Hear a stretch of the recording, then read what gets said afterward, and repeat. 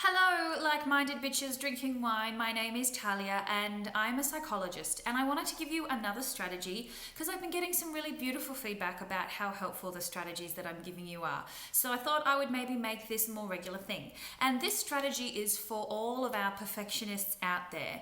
If you are a perfectionist, and I get it, I am a perfectionist too. I feel like every week I'd admit to you guys something about one of my human traits, but I am a perfectionist too, and I wanted to talk about it and give you a strategy to deal with it, because perfectionism really, when we try to describe it in psychological terms, is basically just relentlessly high standards. Where other people think that it's cool to achieve at that sort of a level, as perfectionists we're like, no, it's more like there.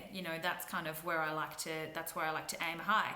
And we do this even though it is exhausting and time consuming, and it can actually be even counterproductive. When you're a real perfectionist, sometimes it's like, unless I can do it perfectly, I'm actually not going to do it at all. Like, I just bumped the phone right there when I was filming, and part of me is like, I need to refilm it. Like, that's my perfectionist coming out. So that's what we do. We even procrastinate if things aren't good enough. And another problem with perfectionism is that sometimes, if we're really into it, we can base our self-worth on our perfectionism. Like, if I haven't done this properly, then I'm not good enough, or I'm a failure, and we actually beat ourselves up for not doing things perfectly enough, which can have a really yucky effect on our mood and our energy and just our general outlook on life and the future and our relationships. Also, perfectionism is not great for business. When you're in your business and you're trying to be creative and you're trying to produce things, perfectionism can actually halt you and slow down the process. That's because when you're in your perfectionism, you're out of your playfulness. Playfulness is all about experimentation and going with the flow and seeing what comes up. Perfectionism comes in and is like, no, we will not experiment. We need to do it perfectly, and we need to do it perfectly now. So perfectionism can kill your creativity. It's also not great because it can slow your productivity down. Just think about how much time you spend trying to do things perfectly. And now think about all the things that you could fit into that time block if you weren't doing them perfectly. You could probably do maybe 2 or 3 times as much work. So perfectionism is not great for our business. I will say that I know that there are some things in our business and in our career that we have to get as close to perfect as we can. As a psychologist, one of those things is relationships. My number one thing that I have to try and get perfect is my relationships with my clients, because that's where all the therapy and the magic happens. So I try to do that, but even then I know I'm going to do it imperfectly. So I get that there are some things, in your career that you do have to get really, really right. And I know for me that there are some things that I try to do perfectly that actually I don't need to be trying to do perfectly.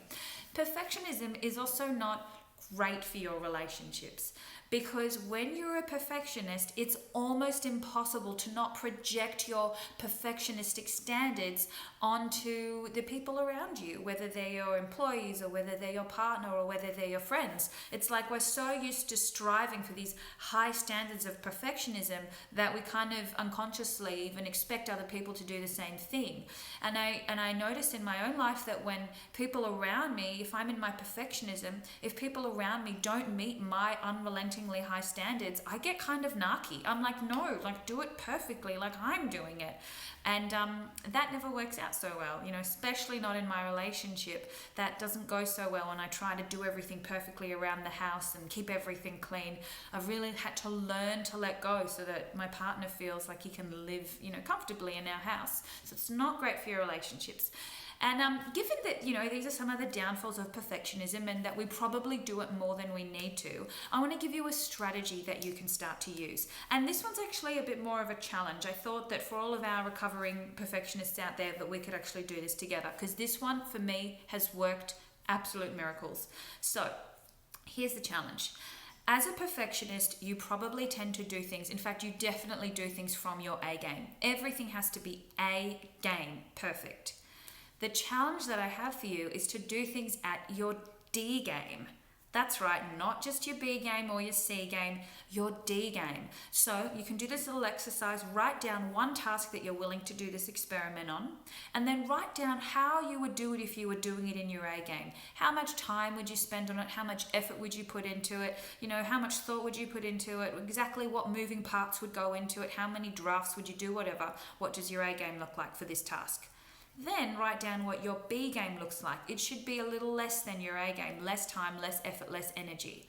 Then write down your C game, and that should be significantly less. If you were going to do this task at your C game, it would be significantly less.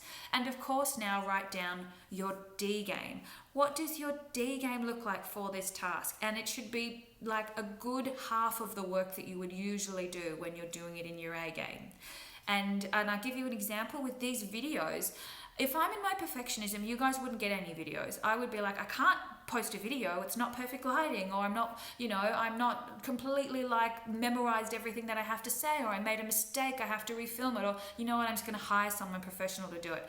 If I did that, you wouldn't get any videos. And that's not the way that I wanna be. I wanna give you guys as much free content as I can. So I de-game these videos as much as I can. And as a result, you guys get to get the strategies, which is what I'm really going after. So write down your D game, and then the challenge is actually do it. Do your D game and see the results. I think you will be surprised. I think that you'll find, because this is what I found, that actually things can get done a lot quicker, more efficiently, and produce still really great outcomes from your D game. Maybe don't do it with things that in your business you have to get perfect, like the really, really important stuff. Maybe hold off doing it on that for now. Try it in your D game. And, post what you're going to do down below in the comments. Tell us what your little D game challenge is, and then check up with us and let us know how you go. I would be curious to know, because I really think this is super helpful. Anyway, if you have found this video helpful, you might want to come over and join our new Facebook group. It's called the Healthy Mind Project, and it is for driven and courageous women who want to get support and strategies and wisdom from each other, and I'll be giving strategies as well to help you overcome your depression and anxiety and negative thinking. We've already got some gorgeous ladies on there sharing their wisdom, asking for help, and every day I'm on there answering questions and doing as much as I can. So come and join us over there as well, and thank you for listening. Bye.